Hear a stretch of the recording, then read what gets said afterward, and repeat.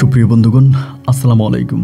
দূরে কাছে দেশে অথবা বাইরে থেকে কলিজার বন্ধুরা ঠিক এই মুহূর্তে যে যেখান থেকে বাস্তব পরীর অলৌকিক ভালোবাসা মুখর গল্প শোনার জন্য আমার সাথে জয়েন করেছেন আমি আপন।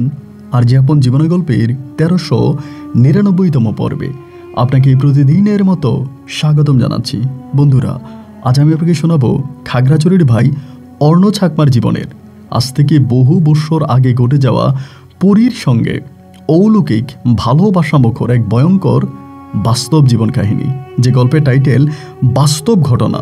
পাহাড়ে পরী ও চাকমা ছেলে তাদের অসমাপ্ত প্রেম কাহিনী আপনাকেই কাঁদাবেই। এই যে আপনাকে কাঁদাবেই বললাম, জীবনের গল্পের এই অনুষ্ঠানে আমি যতগুলো পরীর গল্প রেকর্ড করেছি এই পর্যন্ত, তার মধ্যে one of the best story মনে হচ্ছে এইটা। গল্পটা আজ থেকে বহু বছর আগের ঘটে যাওয়া খাগড়াছড়ির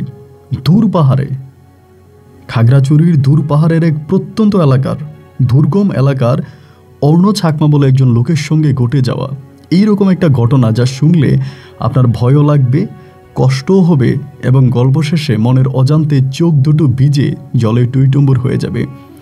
সত্যি আমি নিশ্চিত করে বলতে পারি, এক অসম্ভব রকম ভালোবাসা মুখর বাস্তব জীবন কাহিনী। বন্ধুরা, আপনারা যারা আমার মালয়েশিয়ার লংকাওয়ের গ্রামের ভিডিও দেখেছিলেন তারা অনেকেই কমেন্ট করেছেন এই গ্রাম আপনাদেরকে মুগ্ধ করেছে পুরো লংকাওয়ের ভিডিও দেওয়ার জন্য।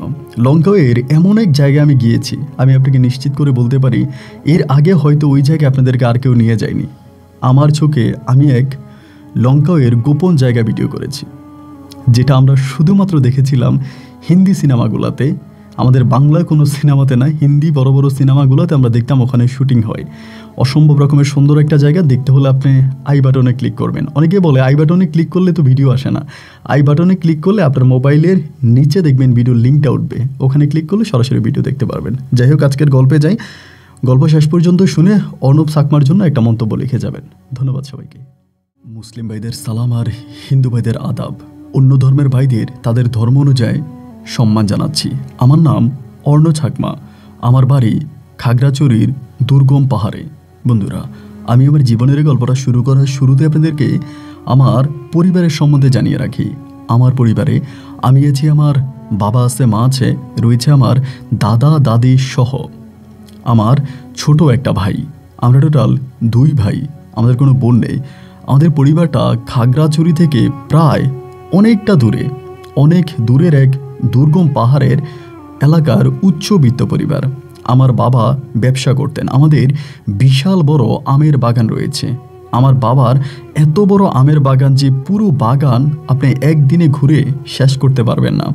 আমাদের এলাকায় আমের সিজন আসলে আমার বাবা ট্রাকে ট্রাকে আম নিয়ে খাগড়াছড়ি থেকে চট্টগ্রাম, ঢাকা সহ উত্তরবঙ্গের বিভিন্ন জায়গায় নিয়ে যেত এবং সেই আম বিক্রি করে আমাদের পরিবারটা খুব ভালোভাবেই চলতো। আমাদের পরিবারটা শুধু ব্যবসায়ী পরিবারও নয়, আমাদের পরিবারটা একটা অলৌকিক পরিবারও বলা চলে। আমার যিনি দাদা ছিলেন, আমার বাবার যে বাবা ছিলেন, আমার দাদা ছিলেন, তিনি ছিলেন আমাদের পার্বত্য এলাকার খাগড়াছড়ির সবচেয়ে বড় মাপের একজন তান্ত্রিক বা কবিরাজ। আমার দাদা এত বড় কবিরাজ ছিলেন, আমি বললে হয়তো আপনি বিশ্বাস করবেন না। আমার দাদার এখানে খাগড়াছড়ি শহর থেকে আমাদের এলাকায় আসতে, পায়ে হেঁটে আসতে প্রায় 2 থেকে 2.5 ঘন্টা সময় লাগে।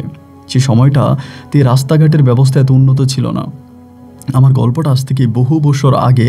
সে সময় মানুষরা শুধুমাত্র খাগড়াছড়ি শহরের বাইরে ওভাবে বাঙালি মানুষরা থাকতো না। বাঙালিরা বেশিরভাগই খাগড়াছড়ি শহর বা ঠিক তার আশেপাশেগুলোতে থাকতো, আর দুর্গম পাহাড়ের মধ্যে থাকতো শুধু চাকমা জনগোষ্ঠী এবং তারাই বসবাস করতো। চাকমা, টিরপা, খাসিয়া এরাই থাকতো। তো এদের মাঝে আমরাও তখন বসবাস করি। তো যা বলতে চেয়েছিলাম যে এরকম হতো, অনেক বাঙালি ভাইয়েরা বিভিন্ন জেলা থেকে খাগড়াছড়ি এসে দিনের পর দিন, রাতের পর রাত অপেক্ষা করে আমার দাদার একটু সঙ্গ নিত। আমার দাদার সাথে সরাসরি জিনপরিদের সঙ্গ ছিল। মানে আমার দাদা সরাসরি জিনদের সাথে কথা বলতে পারতেন, সরাসরি পরিদের সাথে কথা বলতে পারতেন। তার এরকম অলৌকিক ক্ষমতা ছিল।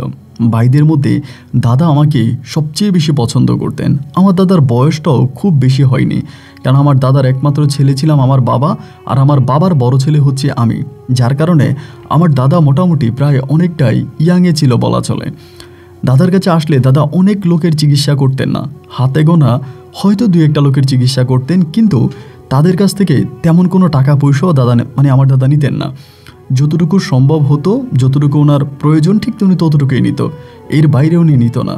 আমি ছোটবেলা থেকে দেখে আসতাম দুর্গম পাহাড়ের উঁচু চূড়ায় বসে আমার দাদা ধ্যান করত। এটা আমার নিজের চোখের দেখা, আমি বানিয়ে বলছি না। আমি নিজের চোখে দেখতাম যখন রাতের বেলায় আমার দাদা আমাদের পাহাড়ের উপরে মাঝে মাঝে আমাকে নিয়ে যেত ধ্যান করার সময়। যখন উনি ধ্যানে বসতো আমাকে নিয়ে যাইতো। আমি দাদার সাথে ছোট্টবেলা থেকে ছিলাম, তখন আমি আমার দাদার সাথে পাহাড়ের উপরে যখন ধ্যানে বসতাম, আমি যখন দাদা যখন মন্ত্র পড়তে শুরু করতো তখন প্রচণ্ড রকমের বাতাস বইতো। শুধু বাতাসই বইতো না, একদম মানে দেখতে মানে এরকম কিছু পাখি এসে আমার দাদার মাথার উপরে দৌড়াতো, মানে ঘুরতো, যেগুলোকে আমি সচরাচর অন্য কোনো জায়গায় দেখতাম না। আকার অনেক বড় ছিল, দেখতে অনেকটা শকুন পাখির মতো। এই পাখিগুলো কোত্থেকে আসতো? দিন শেষে আমি যখন দাদাকে জিজ্ঞেস করতাম, দাদা আমাকে প্রতি উত্তরে বলতো, এরা কেউই পাখি না, এরা ছিল এক একটা জিন। জিন, ভূত আর পরীর গল্প, মানে পরী দেখতে দেখতে ছোটোবেলা থেকে আমার দাদার সাথে দিনগুলো কাটতে থাকে। আমার দাদার সাথে একজন লোক ছিল যার নাম ছিল নলেজ ঠাকমা। এই লোকটা আমার বাবার থেকে বয়স অনেক ছোট হবে এবং আমি তাকে কাকু বলে ডাকতাম। তো নলেজ ঠাকমা আমার দাদার সাথে অনেকক্ষণ ধরে থাকতো, বা দাদা তাকে যখন খাগড়াছড়ির বাইরে কোথাও যাইতো রুগী দেখার জন্য, ওই নলেজ ঠাকমাকে সাথে করে নিয়ে যাইতো। এবং ওই নলেজ ঠাকমার সাথেও আমার দাদার মোটামুটি সম্পর্কটা ভীষণ ভালো ছিল। এই করতে করতে আমি মোটামুটি প্রায় অনেকটাই বড় হয়ে যাই। আমাদের ওই দুর্গম পাহাড়ে কোনো শিক্ষা প্রতিষ্ঠান ছিল না, পড়াশোনা করার কোনো ব্যবস্থা নাই। আজও আমাদের একই অবস্থা, আমাদের দেখার মতো এই বাংলায় কোনো মানুষ নাই। বিশ্বাস করেন, এখনও যদি আমাদের পাড়ার কোনো মানুষ অসুস্থ হয়, আমরা মাইলের পর মাইল মাথায় করে কাঁধে করে সেই মানুষটাকে হসপিটালে নিয়ে যেতে হয়। নেই কোনো শিক্ষা ব্যবস্থা, নেই কোনো হসপিটাল, নেই কোনো রাস্তাঘাট। এখনও আমাদের পাহাড়টা সেই দুর্গম পাহাড় নামেই পরিচিত, দুর্গম পাহাড়ই রয়ে গেল। কত প্রশাসন এলো আর কত প্রশাসন গেল, আমাদের পাড়ায় আজ পর্যন্ত কারো কোনো নজর পড়েনি। 2 টাকা ইনকামের জন্য তারা সাজেকের রাস্তাঘাট তৈরি করেছে, কিন্তু আমাদেরটা এখনও তৈরি করেনি। যাই হোক, এরপরে ওই পাহাড়েই তখন আমরা থাকতে শুরু করি এবং সেখান থেকে আমার বাবা তখন পাশের পল্লীতে, মানে পাশের পাড়ায় একজন লোক ছিল পাড়া কারবারি বলে, ওই পাড়া কারবারির লোকের একটা মেয়ে আছে, সেই মেয়ের কাছে বাবা তখন আমাকে পড়তে পাঠাইতো। পাড়া কারবারির একটা মেয়ে আছে, সেই মেয়েটার কাছে তখন আমার বাবা মাকে পড়তে পাঠাইতো। উনি আমাকে আমাদের বাংলা ভাষা, চাকমা ভাষা সহ বিভিন্ন বইপত্র তিনি নিয়ে আসতেন। বই তিনি বিক্রি করতেন, খাগড়াছড়ি শহর থেকে আনতেন, বিক্রি করতেন এবং অনেক বাচ্চাদেরকে ইনি পড়াতেন। তো ওনার পাড়ায় যাওয়ার পরে একটা মেয়ের সাথে আমার পরিচয় হয়। তাদের পাড়ারই একটা মেয়ে, ওই কারবারির পাড়ারই। মেয়েটার নাম ছিল রেনিসা। এই মেয়েটা দেখতে খুবই সুন্দর ছিল, অসম্ভব রকমের সুন্দর। এখানে আরেকটা ঘটনা আমি ফেলে গিয়েছি, সেই ঘটনাটা আমি শেষ করি, তারপরে রেনিসার গল্পে যাই। দাদার সাথে এরকম করে বড় হতে হতে আমার বয়স তখন খুব বেশি না, প্রায় 7 থেকে 8 বছর হবে, এইটুকুই হবে, 8 বা 9 বছর যতটুকু আমার মনে আছে। ওই বয়সে এলে পরে আমার দাদা মানসিকভাবে অনেকটা ভেঙে পড়ে, মানে অনেক বেশি দুর্বল হয়ে যায় এবং খাওয়া দাওয়া করে না, কেমন যেন একটা টেনশানে পড়ে যায়। একদিন এই অবস্থার মধ্যে দাদা একদিন আমাকে একটা জিনিস দিল। এই জিনিসটা হচ্ছে একটা লাঠির মতো। বৃদ্ধ মানুষরা যেসব লাঠি নিয়ে হাঁটে ওই রকম লাঠির মতোই ছিল, কিন্তু লাঠির মুখটা ছিল কিছুটা সাপের মতো, এইরকম বাঁকা ছিল, মুখের অংশটা ছিল কিছুটা সাপের মতো। দাদা আমার হাতে এই লাঠিটা দিল, দিয়ে আমাকে বলল, আমাকে বলল, তোর তো বয়স অনেক কম, এটা তুই নিয়ে যা, এই লাঠিটা তুই তোর সাথে রাখবি এবং এইটা কখনোই কাউকে দিবি না, এইটা কখনোই কাউকে দিবি না এবং এটা তুই লুকিয়ে রাখবি। কোথায় লুকিয়ে রাখতে হবে সেই জায়গাটাও দাদা আমাকে দেখিয়ে দেয়। দাদা কেন আমাকে লাঠিটা ওই সময় দিয়েছে সেটা আমি জানি না, তবে আমি খেলার চলে দাদার কাছ থেকে লাঠিটা নেই। কিন্তু দাদা আমাকে যেটা শিখিয়ে দিয়েছে, এই লাঠির বিষয়ে আমি যাতে কারোর সাথে কোনো দিন কোনো আলোচনা না করি, কাউকে কিছু না বলি, যার কারণে এই লাঠির বিষয়ে আমি কখনোই কারোর সাথে আলোচনা করিনি, কখনো কাউকে বলিও নাই। এবং লাঠিটা দাদার কাছ থেকে নেওয়ার পরে দাদা আমাকে লাঠিটা কোথায় রাখতে হবে সে জায়গাটাও দেখিয়ে দেয়। সে জায়গার মধ্যে আমি লাঠিটা রাখি এবং তার কিছুদিন পরেই, প্রায় 1.5 থেকে 2 মাস পরে আমার দাদা পরলোক গমন করে, তিনি মারা যায়। এবং দাদা মারা যাওয়ার পরে আমরা হচ্ছে পাহাড়িরা যেভাবে মানে দাদাকে সংস্কার করলাম, ওভাবেই দাদার সংস্কার শেষ হলো। এবং এরপরের গল্পে আসছি হচ্ছে আপনার রিনিসা। তো রিনিসার সাথে মানে ওখানে পড়তাম, সেই পাড়ায় পড়তাম। রিনির সাথে মোটামুটি আমার একটা ভালো, মানে কম বয়স তো, ছোটো বয়সে ছিলাম, ওর সাথে দুষ্টমি করতাম। এবং ওর সাথে সম্পর্কটা আমার খুব ভালো ছিল। তা আমার তো কোনো বোন ছিল না, আমরা 2 ভাই ছিলাম। তো একদিন হলো কি আমি আমার মায়ের কাছে এই রেনিচার কথা বলি। ওরা হচ্ছে 2 বোন, বড়টার নাম হচ্ছে রেনিচা আর ছোটটার নাম হচ্ছে আরিসা। এবং 2 বোনে একদম খুবই সুন্দর, পরীর মতো সুন্দর ছিল। রেনিচা বড়, আনিচা ছোট। তো একদিন আমি আমার মায়েরকে আমার মা হচ্ছে পিঠা বানাইছিল। তাই মারে বললাম আমি পড়তে যাব, তো আমার একটু পিঠা দেওয়ার জন্য। তা আম্মা তখন আমাকে একটা পিঠা দিল। তাই মারে বললাম যে মা 2টা পিঠা দাও। মা আমাকে বলল তোর তো একটাই শিক্ষক, তা একটা পিঠা নিয়ে যা, 2টা পিঠা নিবি কেন?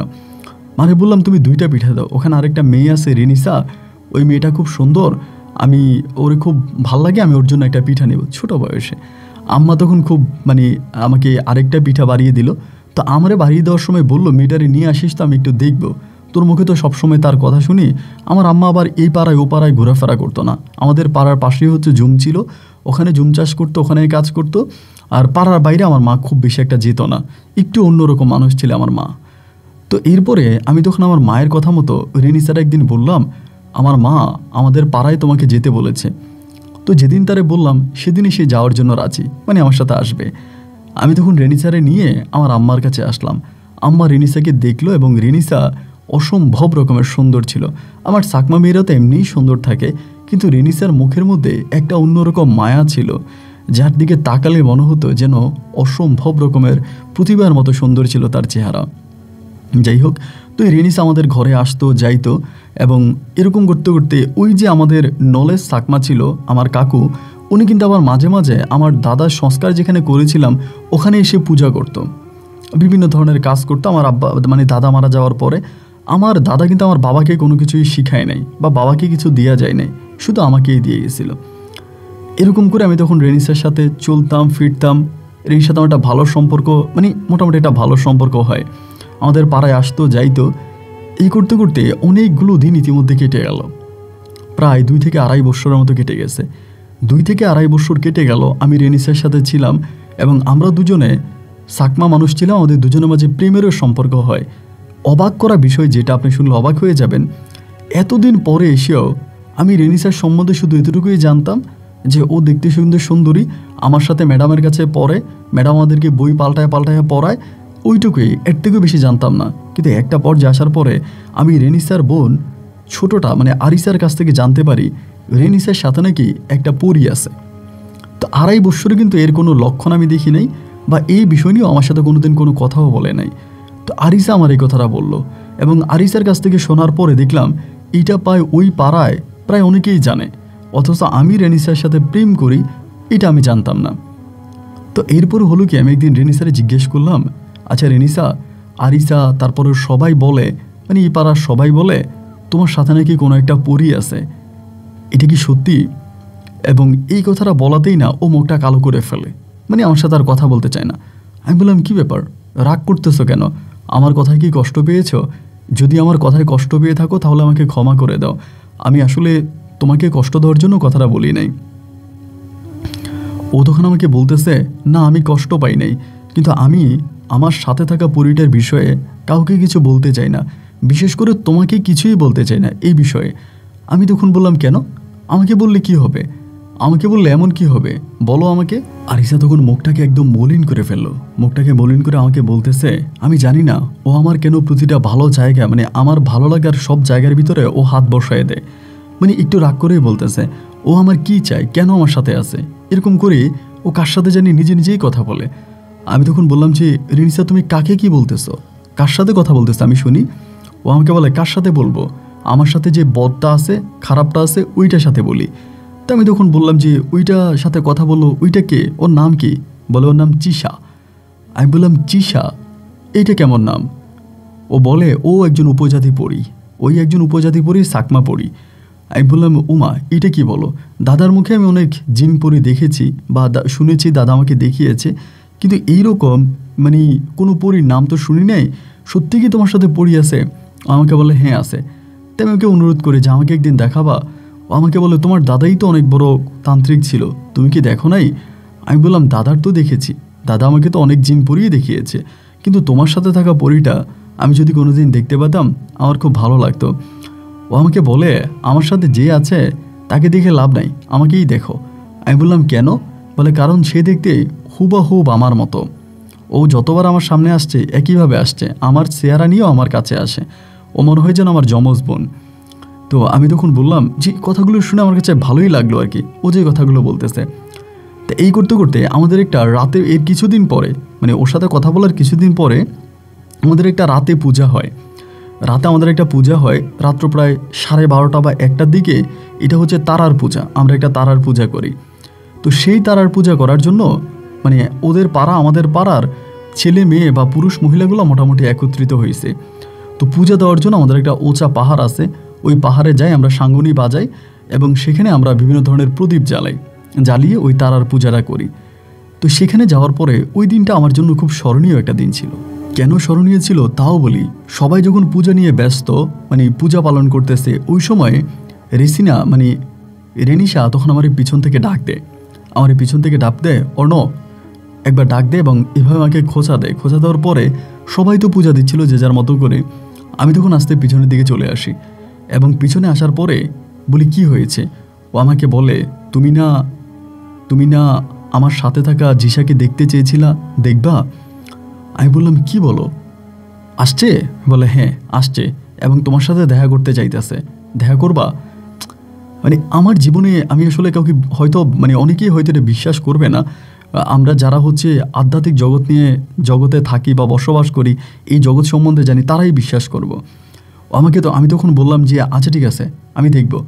ও তখন আমাকে নিয়ে সরাসরি একটা গুহার মতো জায়গা ছিল, অনেকটা গুহার মতোই, ওই অন্ধকারচ্ছন্ন গুহার দিকে আমাকে নিয়ে গেল। তো ওই রাতটা কিন্তু অন্ধকার ছিল না, আকাশে মানে অনেক চাঁদ তারা ছিল। তো গুহার ওই দিকে হাঁটতে হাঁটতে একটা পাথরের উপরে আমি গিয়ে দেখি ও বসে আছে। মানে অবাক বিষয়, আমার সাথে যে আছে সেই আবার দেখি ওই পাহাড়ের ওই গুহায় পাথরে বসে আছে। আমি একবার ওর দিকে তাকাচ্ছি, আবার ওর দিকে তাকাচ্ছি। এখানে রেনিশা আমাকে দেখে হাসতেছে, আবার ওই দিকে দেখলাম আরেকটা রেনিশা পাথরের উপরে বসে আমার দিকে হাসে। তো এই ছোটোবেলা থেকেই তো আমার দাদার সাথে আমার বেড়ে ওঠা, এসব দেখতে দেখতে আমি বড় হয়েছি। আমি এরকম অনেক দেখেছি, আমার দাদা 2জন বসে আছে খাটের উপরে, 2 দাদা বসে আছে। তা আমি বলি আমি কার সাথে কথা বলবো, আমার দাদা বলে আমার সাথে কথা বল। তো জানতে পারি পাশেরটা জিন। এরকম অনেক ঘটনাও কিন্তু আমি দেখেছি আমার দাদার ঘরের মধ্যে। সো এইটা আমার কাছে খুব বড় কোনো বিষয় ছিল না। আমি একভাবে হচ্ছে তাকায় আছি এইদিকে। তো এই সময় আমার রেনিশা বলতেছে, কি বলেছিল না যে জিসাকে দেখবা, এ হচ্ছে জিসা, দেখো। আমি তাকায় আছি ওর দিকে। আমি বললাম যে আপনার নাম কি? বলে জিসা। আমি বললাম আপনি তো দেখতে রেনিসার মতো। ও তখন বলে আমি দেখতে রেনিসার মতো না, আমি দেখতে চাইলে সবার মতো হতে পারবো, আমি তোমার চেহারাও নিতে পারবো, আমি যে কারো রূপ নিয়েই থাকতে পারি। তো আমি তখন বললাম যে আমার দাদাকে চিনো, আমার দাদার নাম শুনেছ? বলে হ্যাঁ চিনি। আমার দাদা কবে মারা গেছে সব কিছু সে বলতেছে। আমার দাদা খুব ভালো মানুষ ছিলেন, বিভিন্ন ধর্মীয় মানুষদেরকে তিনি উপকার করতেন, তার মাঝে কোনো ধর্মের ফেরাক ছিলেন না, সব ধর্মের মানুষ তার কাছে বড় ছিলেন এবং তিনি মানুষেরই পূজা করতেন। এই কথাগুলো আমাকে জিসা বলতেছে। আমি অবাক হয়ে তাকিয়ে আছি। প্রায় আধা ঘন্টার মতো এখানে 2জনের সাথে গল্প করলাম এবং গল্পগুজব শেষ করে গুহা থেকে আমি আবারও বিদায় নিলাম। জিসা ওখানেই ছিল। আমি আর রেনিশা গুহা থেকে বেরিয়ে আসার পরে আমরা আবারও সবার পিছনে ওই তারার পূজা করার জন্য দুর্গময় পাহাড়ের উপরে সবার সাথে আমাদের ধর্মীয় যেই মন্ত্র আছে এগুলো পড়তেছি। তো বারবার রেনিশার দিকে তাকাচ্ছিলাম, চাঁদের আলোটা ওর মুখের মধ্যে পড়তেছিল, অসম্ভব রকমের সুন্দর লাগতেছিল। মন চাচ্ছিল ওকে একটু ছুঁয়ে দেই, কিন্তু আবার ভয়ও পাচ্ছিলাম ও যদি হঠাৎ রেগে যায়, কারণ এখানে তো অনেকেই আছে। আপনাদের ধর্মের মতো আমাদের ধর্মের মাঝে অনেক বাধ্যকতা আছে। বিয়ের আগে কারো কুমারীর শরীরে হাত দেওয়া যায় না, অনেক নিয়ম নীতি আছে। সন্ধ্যা পর্যন্ত সকাল পর্যন্ত আমরা এই পূজা দিলাম। যখন মুসলিম মানুষরা ফজরের আজান দিবে মাইকে, ওই সময়টাতে আমাদের পূজা সম্পূর্ণ হলো। সেখান থেকে তখন আমি আমার বাড়ির দিকে গেলাম এবং রেনিশা তার পরিবাররা তারা তাদের পাড়ার দিকে গেল। এমন করে করে আমাদের সম্পর্কটা সামনের দিকে যাচ্ছে। মাঝে মাঝে আমি রেনিশার সাথে এই জিসাকে দেখতে পেতাম। অনেক সময় আমি কেমন করে দেখতাম আপনাকে বলি। আমি দেখতাম যে জিসা রেনিশা বসে আছে, পড়তেছে বসে আছে। আমি হঠাৎ দেখি ওর পাশে আরেকটা রেনিশা বসে আছে। তা আমি দেখেই বুঝতাম যে এটা জিসা। তা তা আমিও জিসার দিকে তাকাইতাম, জিসাও হাসতো, আমিও হাসতাম। এভাবে অনেক দিন আমরা তিনজন একসাথে গল্প করতাম। গুহার মধ্যে বসতাম বা পাহাড়ের চূড়ায় বসতাম, দিনে কিংবা রাতে একসাথে বসে বসে গল্প করতাম। এবং জিসা ছিল আমাদের কাছে খুব স্বাভাবিক একটা মানুষ। একজন স্বাভাবিক মানুষ যেমন করে আরেকটা মানুষের সাথে কথা বলে, জিসা আমাদের সাথে ঠিক এভাবেই কথা বলতো। এইভাবে সময়গুলো কাটতে কাটতে এখানে আরও অনেকগুলো বৎসর পেরিয়ে গেছে প্রায়। এরপর থেকে রেনিশা জানি হঠাৎ কেমন একটু অন্যরকম হয়ে গেল। অন্যরকম বলতে কি, হঠাৎ করে আমি অনেক দিন ধরে জিসাকে আর দেখতে পাচ্ছি না।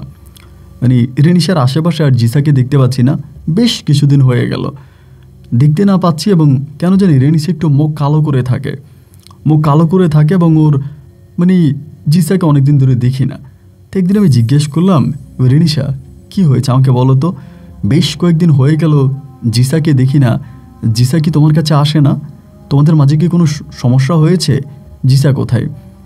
মুহূর্তের মধ্যে রেনিশা প্রচণ্ড রকমের আমার উপর খেপে যায়, চোখগুলো লাল লাল করে আমাকে বলে, তুমি কি আমাকে চাও নাকি জিসাকে চাও? আমি তখন বললাম, আরে জিসা তো একটা পরী, আমি ওকে চাইবো কী করে? আমি তো তোমাকেই চাই, আমি তোমাকে ভালোবাসি, তোমাকে চাইবো না? ও আমাকে বলে, তাহলে বারবার জিসা বলে আমার রাগ উঠাই দিও না। আমি বললাম, কেন, কি হয়েছে, তোমাদের মাঝে কোনো ঝামেলা হয়েছে? ও আমাকে বলে, আমি তাবিজ ব্যবহার করি, আমার মা আমাকে তাবিজ এনে দিয়েছে, আমি সেই তাবিজ ব্যবহার করি যাতে জিসা আমার ধারে কাছে আসতে না পারে। আর আমি আশা করব জিসা তোমার কাছেও আসবে না। আমি তোমার সাথেও এমন একটা ঘটনা করে ফেলেছি যাতে জিসা তোমার কাছেও আসতে না পারে। তাই আমি বললাম, আমার সাথে কি করেছো? বলে, করেছি, এটা বিস্তারিত বলতে পারবো না। তাই আমি বললাম, জিসা তোমার খুব ভালো বান্ধবী, ছোটোবেলা থেকেও তোমার সাথে আছে, তোমার সাথে মিশে আছে, তোমার সাথে কথা বলে, তোমাদের এত ভালো সম্পর্ক, তা এইরকম ঘটনা কেন ঘটাইলা? হঠাৎ করে তাবিজ ব্যবহার করতেছো এবং জিসাকে বহুদিন ধরে তোমার কাছে আসতে দিচ্ছ না, তোমার পাশেই ভিড়তে দিচ্ছ না, তো তার কারণটা কি? আমাকে বলে, তার একটাই কারণ, সেটা হচ্ছে জিসা তোমারে পছন্দ করে, এবং যার কারণে আমি চাই না যে জিসার সাথে জিসা তোমাকে পছন্দ করে, যার কারণে আমি চাই না জিসা আমার মাঝে আসুক।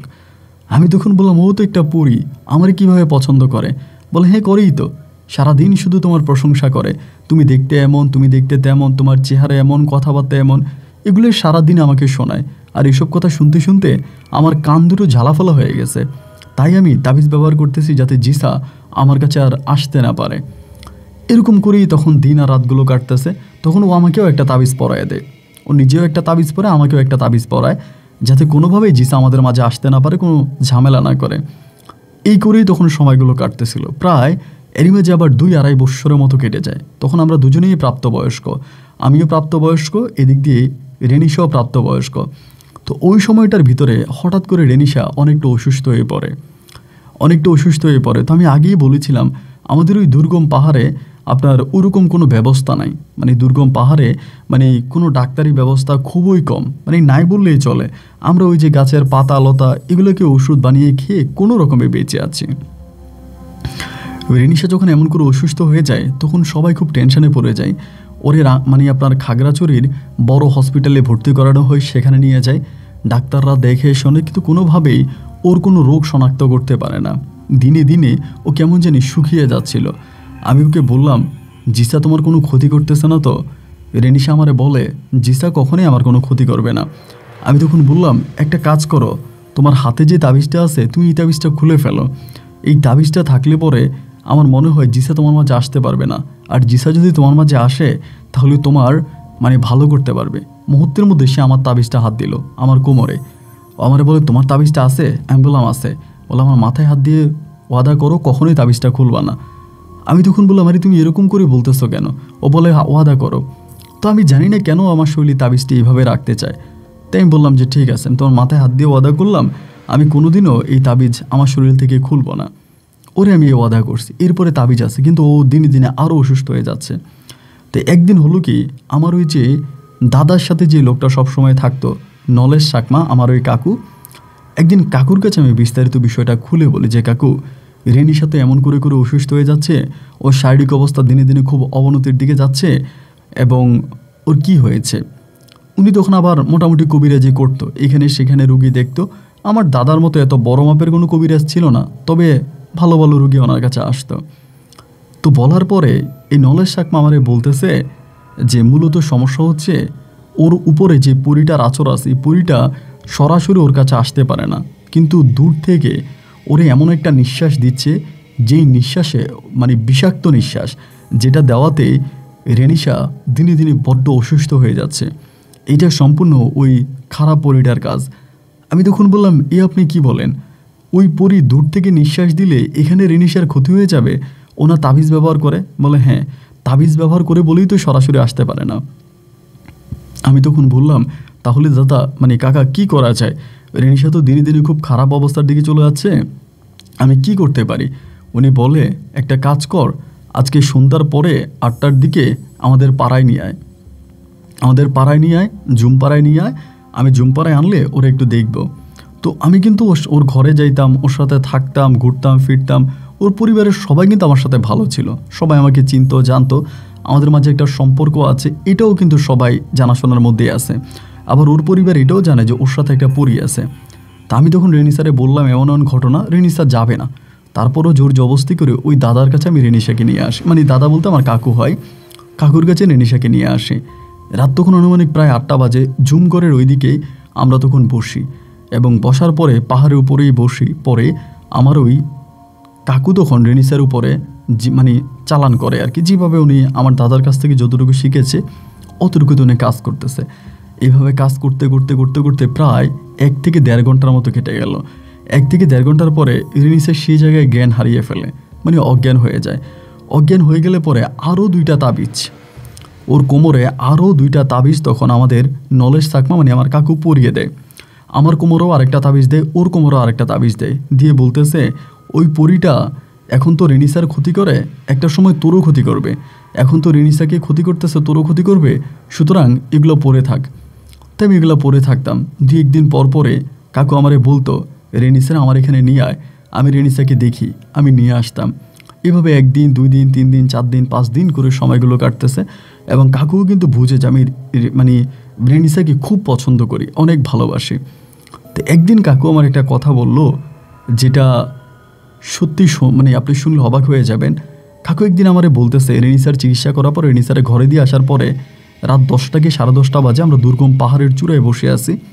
কাকু আমারে বলে যে, অর্ণ তোরা একটা কথা বলি, আমার কাছে সত্যি করে বলবি তো? আমি তখন বললাম, হ্যাঁ কাকু সত্যি বলবো, আমি তো আপনার কাছে কোনো মিথ্যে বলতে চাই না, আপনার কাছে মিথ্যা কেন বলবো, সত্যিটাই বলবো। আমারে বলে, তোর দাদা যখন মারা যায় তোকে কি কিছু দিয়ে গিয়েছিল? এমনি হঠাৎ করে আজকে বহু বৎসর পরে, প্রায় 15 বৎসর পরে উনি এই প্রশ্ন আমাকে করলো।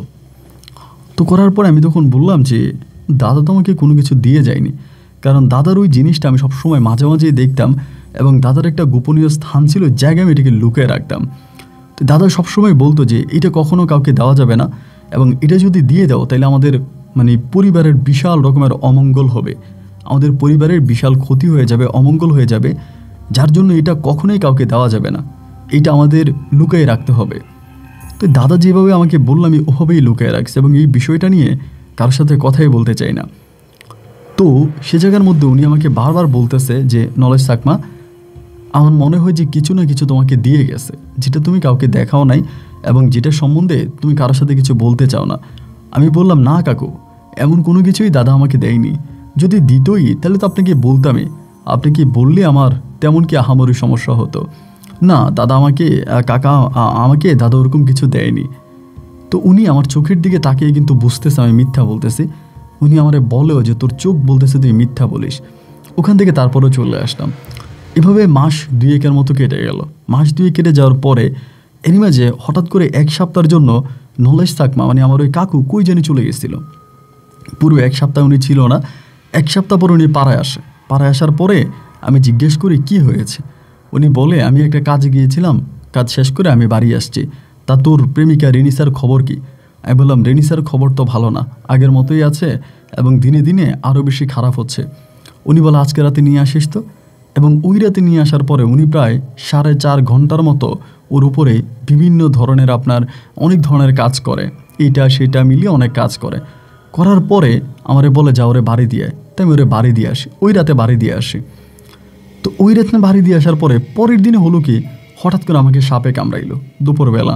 তো আমাদের পাহাড়ে তো প্রচুর সাপ আছে, বিষাদর সাপও আছে। সাপে কামড়ালে তেমন কোনো সমস্যা কিন্তু আমার হয় না আমার শরীরে।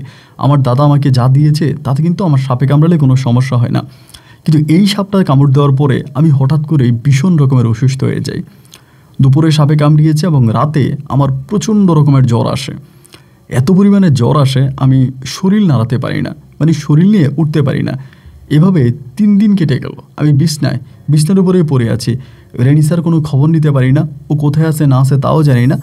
এই 3 দিন কেটে যাওয়ার পরে হঠাৎ করে এক খবর আমার কানে আসলো কি রেনিসাকে খুঁজে পাওয়া যাচ্ছে না।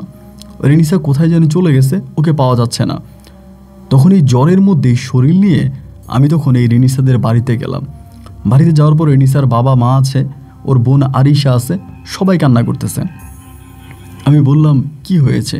সবাই বলে রেনিসাকে খুঁজে পাওয়া যাচ্ছে না। তো ওকে হঠাৎ করে খুঁজে পাওয়া যাবে না, তার তো কোনো কারণে। ও কোথায় যাবে? পাড়া ছেড়ে আর যাবে কই? যাওয়ার তো অন্য কোনো জায়গা নাই, তাও কোথায় যাবে? আমি জ্বরের শরীর নিয়ে কাতরাতে আমার দাদার সাথে থাকা তান্ত্রিক নলেজ চাকমার কাছে আসলাম। উনি তখনও তন্ত্রমন্ত্র কাজ করতেছে, ঘরেই আছে। ওনার কাছে এসে বললাম, দাদা কাকা কি হয়েছে আমার, বলেন তো আমাকে। রেনিসাকে খুঁজে পাওয়া যাচ্ছে না। উনি বলে, পাবি না তো, অনেক দিন হলো রেনিসাকে আমার কাছে আনিস না, আমি তন্ত্র প্রয়োগ করতে পারি না, যার কারণে রেনিসাকে নিয়ে গেছে। কি নিয়ে গেছে? বলে যে পরিটা ওর কাছ থেকে দূরে সরাই দেওয়ার চেষ্টা করেছিল, ওই পরিটাই ওকে নিয়ে গেছে। কি বলেন আপনি? এই পরি ওকে কেন নিয়ে যাবে? ওই পরি ওকে নিয়ে যাওয়ার কারণ কি? ওর শরীরে না তাবিজ আছে? বলে না, তাবিজের পাওয়ার চলে গেছে। আমি তো বললাম ওই পরিটার অনেক ক্ষমতা, সে তার বিষাদর শ্বাস দিয়ে মেয়েটাকে নিয়ে যাবে, মেয়েটার অসুস্থ করেছে, ক্ষতি করেছে এবং দিন শেষে মেয়েটাকে নিয়ে চলে গেছে। আমি তখন বললাম যে কাকা তাহলে কি করা যায় এখন, ওকে কিভাবে ফিরিয়ে আনা যায়? উনি বলে, আমি আমার মতো করে চেষ্টা করি, দেখি ফিরিয়ে আনা যায় কিনা। যদি আনতে পারি তাহলে তো আনলামই, তুই টেনশন করিস না, আমি চেষ্টা করব। তো আমি আবার এই বিষয়গুলো, মানে নলেজ চাকমার বিষয়গুলো রেনিসার বাবা মায়ের কাছে বলি, তারা আবার এগুলো বিশ্বাস করে না। নলেজ চাকমা যে কোনো তান্ত্রিক বা কবিরাজ, এইটা রেনিসার বাবা মা মানে বিশ্বাস করে না। তারা বলে নলেজ চাকমা হচ্ছে ভুয়া, মানে ওনার কেউ দাম দেয় না, মানে মূল্যায়ন করে না আর কি। তো আমি নলেজ চাকমার কাছে যাচ্ছি আসতেছি, দাদা কি হলো, ওরে খুঁজে আইনা দেন, ও কোথায় চলে গেল, কে নিয়ে গেল, কি হলো, মানে খুব কান্নাকাটি করতাম, ভীষণ রকমের মন খারাপ থাকতো। তো ওকে খুব ভালোবাসতাম, হঠাৎ ও হারিয়ে গেল। এবং আমার সাথে যে তাবিজটা আছে, ওই তাবিজটাও আমি খুলি না, তো আমাকে কসম দিছিল, যার কারণে আমি আমার শরীরে তাবিজটাও খুলি না। আবার আমাকে এই কবিরাজও আরও 2টা তাবিজ পরিয়ে দেয়, মানে ওই কাকা আর কি, উনি 2টা তাবিজ পরিয়ে দেয়। ওই 2টা তাবিজ আমার শরীরে, মানে আমার শরীরে পুরো তাবিজে মোড়ানো। আবার উনি সপ্তাহখানিক বা 15 দিন পর আমার দিয়ে একটা ধরনের পূজা করায়, মানে ধ্রুবর পূজা করায়, ওই পুজোও আমি তখন করতেছি। এভাবে দীর্ঘদিন কেটে যাওয়ার পরে উনি হঠাৎ আমাকে একটা প্রস্তাব দিল। মানে প্রস্তাবটা শুনলে আপনি একটু অবাক হয়ে যাবেন। উনি আমাকে বলে, রেনিসাকে ফিরিয়ে আনতে হলে একটা অন্য পথ অবলম্বন করতে হবে। যদি ওই পথে যাওয়া যায় তবে রেনিসাকে ফিরিয়ে আনা সম্ভব। আমি তখন বললাম, কোন পথে যাব? যেই পথে যাইতে বলেন আমি সেই পথেই যাইতে রাজি আছি, তবে সবশেষ আমি রেনিসাকে চাই, রেনিসা যেন আমার কাছে ফিরে আসে। উনি বলে, আসবে, তবে সেই জন্য তোমাকে একটা কাজ করতে হবে। আমি বললাম, কি কাজ? বলে, তোমার আরিসারে বিয়ে করতে হবে, মানে রেনিসার ছোট বোন। আমি তখন বললাম, এইটা আপনি কি বললেন কাকা, এইটা আপনি কি বললেন? আমি রেনিসাকে ভালোবাসি, আমি ওকে বিয়ে করব, আমি ওর বোনকে কিভাবে বিয়ে করব? তখনই আমার উনি বলতেছে, তুমি তাকে পাইলেই তো বিয়ে করবা, আগে তো তাকে পেতে হবে, আর তাকে পাওয়ার জন্যই তোমার আরিসারে বিয়ে করতে হবে। তুমি আরিসাকে বিয়ে করো, তবেই তুমি রেনিসাকে পেয়ে যাবা। তখন ওনার কথাটা আমার কাছে কেমন জানি একটু অন্যরকম লাগলো। তা অন্যরকম লাগার পরও আমি চিন্তা করলাম যে আমাকে তাহলে এই লাইনে কাজ করতে হবে। উনি যেহেতু আমাকে বলছে, তো আমাদের পাড়ার বিয়েগুলো খুব কঠিন না, মানে অত কঠিন না, মোটামুটি সহজই আছে। আমি আমার বাবা মাকে বলি, যেহেতু আমার বিয়ের বয়স হয়েছে, আমি আরিসারে বিয়ে করব। তো আমার আব্বা আম্মাও যেহেতু মনে করতো যে রেনিসার সাথে আমার একটা সম্পর্ক আছে, একটা প্রেম ভালোবাসা আছে, রেনিসা যেহেতু হারিয়ে গেছে, ওকে যেহেতু পাওয়া যাচ্ছে না, তো সেই ক্ষেত্রে আমি ওর ছোটো বোনকে হয়তো বিয়ে করতে চাই ভালোবেসেই। এটাই আমার বাবা মা প্রথম দিকে চিন্তা করে।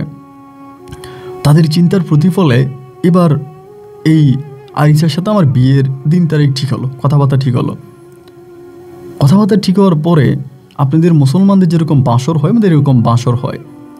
বাঁশর ঘরে তখন ওকে আমরা নিয়ে গেলাম, 2 দিন ধরে বিয়ে সম্পূর্ণ হলো, নিয়ে গেলাম। নিয়ে যাওয়ার পরে এখানে আমার কিছু শর্ত দিয়ে দিছে আমার ওই নলেজ চাকমা। শর্তগুলো আমি তখন মানলাম আর কি। শর্তগুলো এখানে বলার মতো না, কিছু খারাপ শর্ত। এই শর্তগুলো আমি তখন মেনে নিলাম। শর্তগুলো উনি যেভাবে দিল এভাবে মানলাম। যদিও এই শর্তগুলো মানতে আরিসা রাজি না। আরিসা আমাকে বললো যে না, এটা আমি করব না, এটা আমার দ্বারা সম্ভব না। আমি ওকে বুঝাইতাম যে তুমি যদি এটা করো তাহলে তোমার বোনকে পেয়ে যাব, তোমার বোনকে আনা যাবে। তুমি কি চাও না তোমার বোনকে আমরা পুরীর রাজ্য থেকে নিয়ে আসি? এটা কি তুমি চাও না? সো এটা তুমি করো, করলে তোমার বোনকে পেয়ে যাবা। তো আমার বলতো যে না, আমি এটা করবো না। মানে ও করতে চাইতো না, আমি ওকে জোর করে করাইতাম এই কাজগুলো আর কি। এরকম করে করাইতাম এবং কয়েকদিন পর পরে ওরে ডাকতো, নলেজ চাকমা ওরে ডাকতো, ডাইকা ওরে ঘরের ভিতরে রেখে আমার বলতো তুই বাইরে যা, আমি ওর উপরে মানে মন্ত্র প্রয়োগ করব, এখানে তুই থাকলে হবে না। তাই আমি তখন বাইরে চলে আসতাম। উনি আধা ঘন্টা 1 ঘন্টার মতো ঘরের ভিতরে আরিসারে নিয়ে থাকতো। এভাবে অনেকগুলো দিন কেটে গেল। উনি আমাকে দিয়ে বিভিন্ন কাজ করাচ্ছে, যেগুলো আসলে খুবই খারাপ খারাপ কাজ আমাকে দিয়ে করাচ্ছে। অনেক মহিলাদের সাথে আমাকে দিয়ে খারাপ কাজ করাচ্ছে, আমাকে দিয়ে এটা আনাচ্ছে, ওইটা আনাচ্ছে, মৃত মানুষের হার আনাচ্ছে। এরপরে রাতের বেলা আমাকে দিয়ে পূজা দেওয়াচ্ছে, আমাকে দিয়ে করাচ্ছে, আরিসাকে দিয়েও করাচ্ছে। লোভ একটাই দেখাচ্ছে যে রেনিসাকে উনি এনে দিবে, যে পরি রেনিসাকে নিয়ে গেছে ওই পরির কাছ থেকে রেনিসাকে এনে দিবে। দীর্ঘ প্রায় 6 মাস কেটে গেল। এই 6 মাসও রেনিসার কোনো খবর পাওয়া গেল না। 6 মাস পরে আমি পাগলের মতো হয়ে গেছি। তখন আর আমি আরিসার সাথেও থাকতে পারতেছি না। আরিসার প্রতিও আমার কোনো অনুভূতি জাগতেছে না, প্রেম আসতেছে না, ভিতর থেকে ওকেও ভালো লাগে না। মনটার মধ্যে বারবার তখন রেনিসার জন্যই কষ্ট হচ্ছিল। রেনিসাকে আমি ফিরে পাবো, রেনিসা আমার জীবনে আসবে, শুধু রেনিসা করেই আমার তখন দিন পার হচ্ছিল। এই অবস্থার ভিতরে তখনই আমাকে নলেজ চাকমা একটা প্রস্তাব দিল। প্রস্তাবটা এরকম যে যদি 15 দিনের ভিতরে রেনিসাকে ফিরিয়ে আনা না যায়, আর কখনোই রেনিসাকে ফিরিয়ে আনা যাবে না।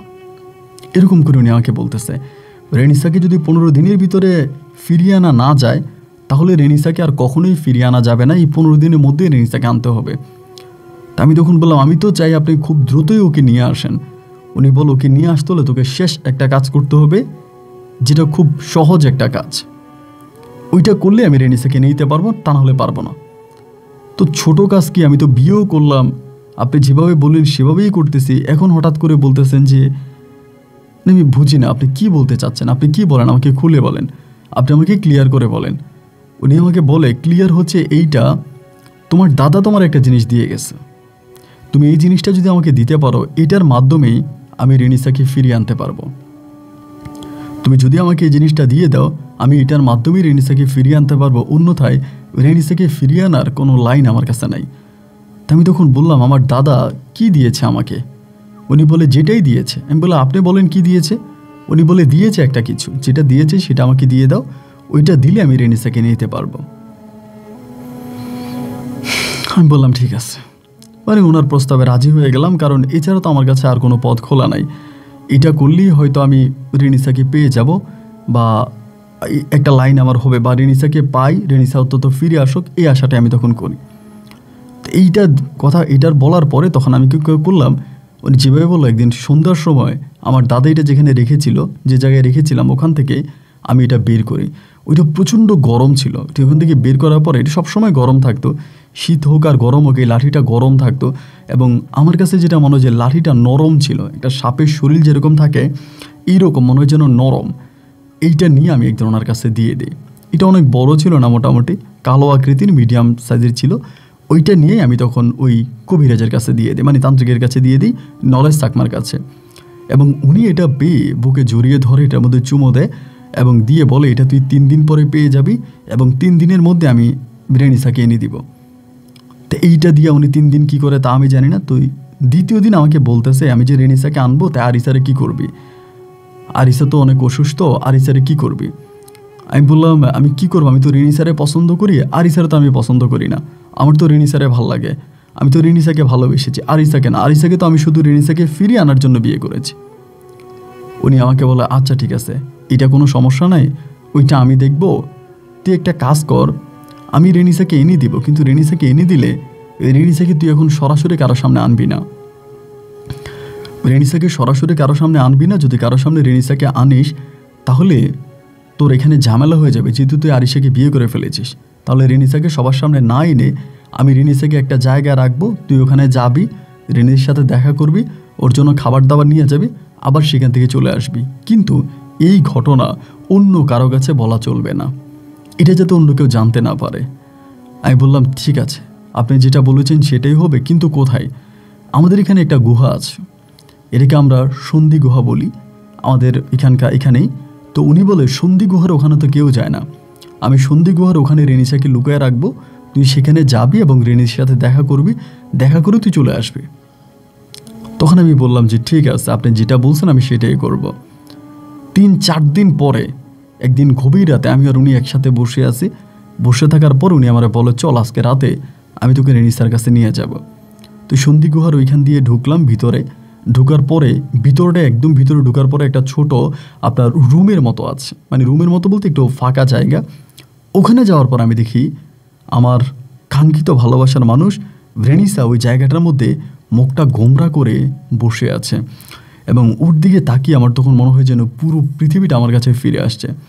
আমাকে মুহূর্তে জড়ায় ধরলো এবং জড়ায় ধরে আমি প্রচুর ইমোশনাল হয়ে কান্না করতে শুরু করি, যে এত মাস পরে ওকে পাইছি, ওই জায়গার মধ্যে আছে। প্রচণ্ড রকমের কান্না করতেছি যে আমি ওকে পেয়েছি, আমার জীবনে আর কোনো চাওয়া নাই, আমি ওকে পাইছি, আমি খুব কান্না করতেছি। তো ইতিমধ্যে আমাকে মানে ওই যে নলেজ থাকবা তিনি বলতেছে যে ঠিক আছে এখানে আসবি, তোকে আমি টাইম বলে দিই, এই টাইমে আসবি, এই টাইমে চলে যাবি। তো আমি বললাম ওই যে এখানে থাকবে, ওর খাওয়া দাওয়া কী হবে, ও কী খাবে? বলে তুই যখন আসবি ওর জন্য খাবার নিয়ে আসবি, এই জায়গায় আসবি, ওর জন্য খাবার নিয়ে আসবি, ও খাবে। আমি বললাম তো আমি তো প্রতি রাতে আসবো, দিনে বলে রাতে খাবার দিয়ে যাবি, দুপুরেরটা সকালেরটা ও খাবে এখানে। তখনও কিন্তু আমার মাথায় কোনো কিছু আসতেছে না, উনি যেভাবে বলতেছে আমি সেভাবেই কাজ করতেছি।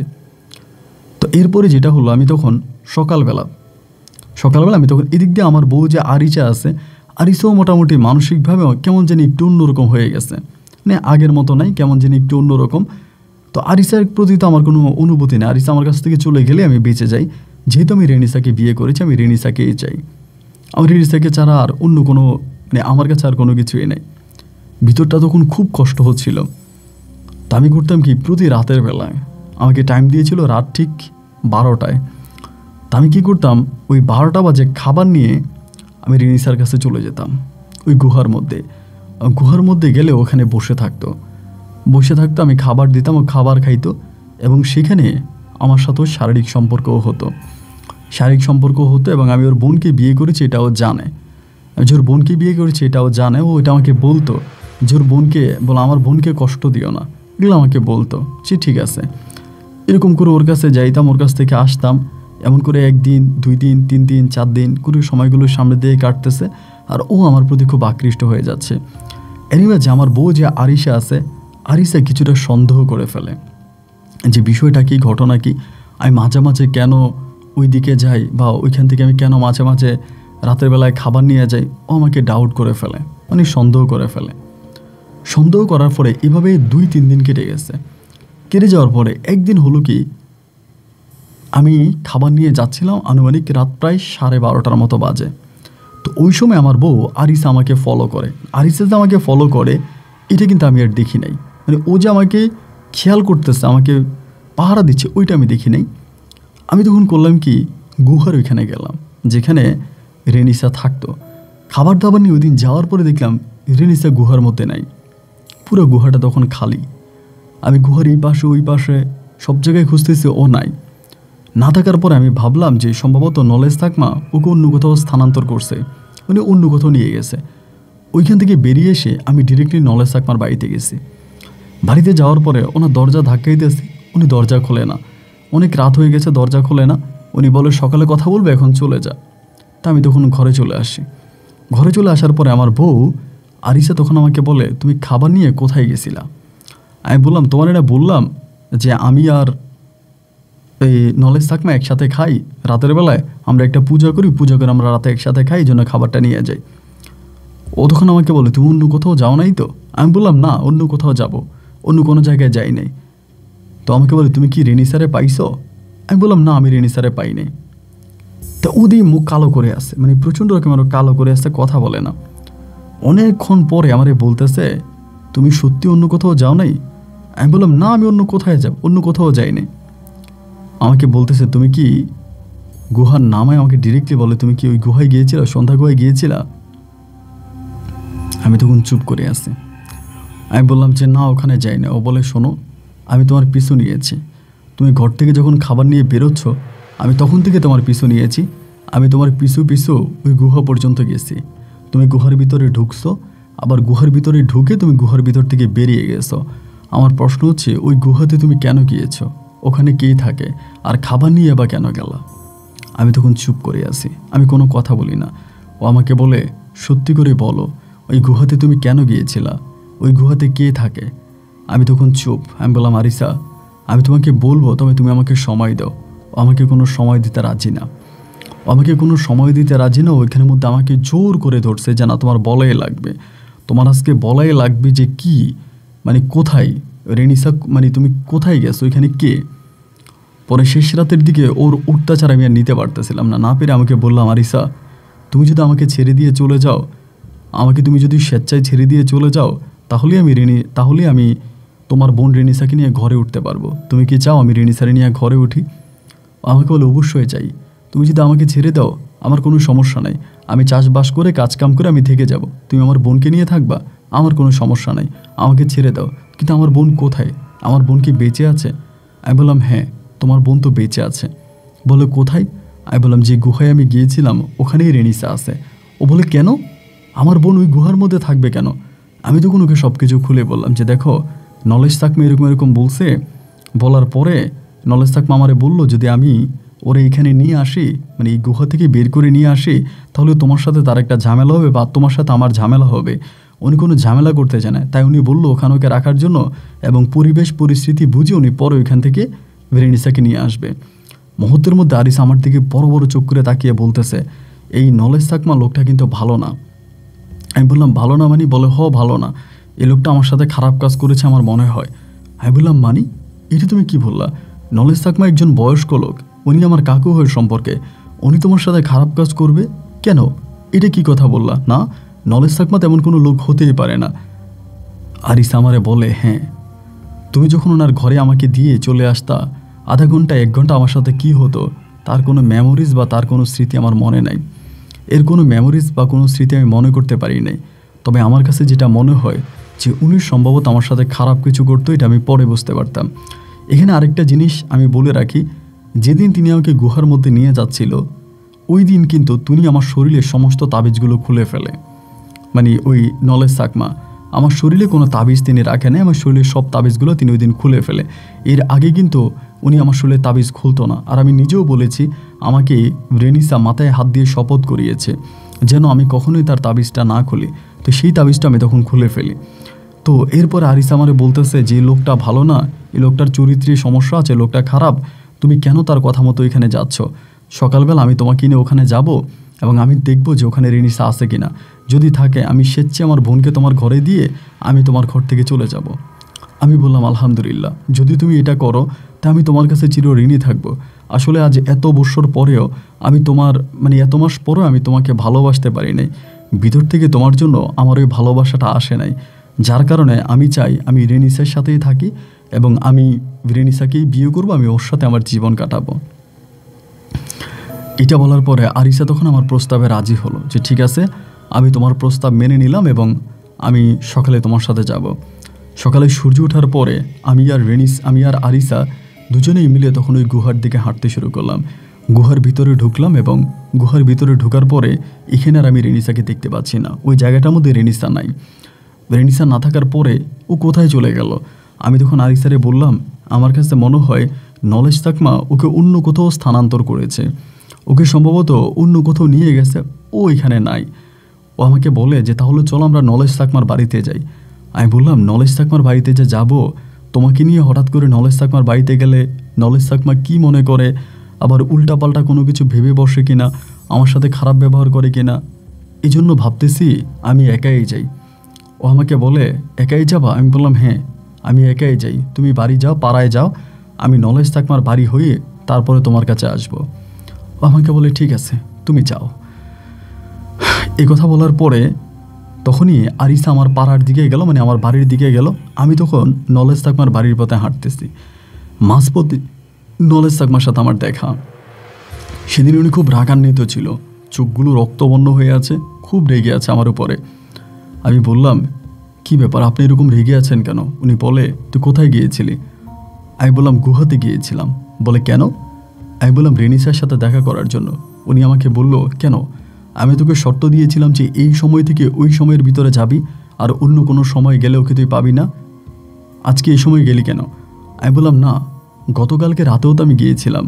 গতকালকে রাতেও রেনিসাকে খোঁজার জন্য আমি গুহাতে গিয়েছিলাম, কিন্তু সেই গুহাতে যাওয়ার পরে আমি গুহার মধ্যে রেনিসাকে পাইনি, আর না পেয়ে আমি আপনার বাড়িতে গিয়েছিলাম। আপনার বাড়িতে গিয়ে আপনাকে অনেক ডাকাডাকি করছি, কিন্তু আপনি তো দরজা খোলেন নাই। উনি বলে, তারপর কি হয়েছে? আমি বললাম, তারপর আমি বাড়ি গিয়েছি, আমি আর পাইনি, এই জন্য সকালে আবার খুঁজতে আসছি। উনি আমাকে বলে, রেনিসার বিষয়ে আর কার কাছে বলেছিস? এমন করেই বলে। আমি তখন চুপ হয়ে যাই। উনি বলে, বল, কার কাছে বলেছিস? আমি বললাম, কাকা, একটা সহজ পথ পেয়েছি, খুবই সহজ একটা পথ।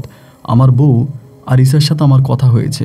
আরিসা বলেছে যদি রেনিসা আমার জীবনে আসে তাহলে আরিসা আমাকে ছেড়ে চলে যাবে, রেনিসার সাথে আমাকে সংসার করতে দিবে।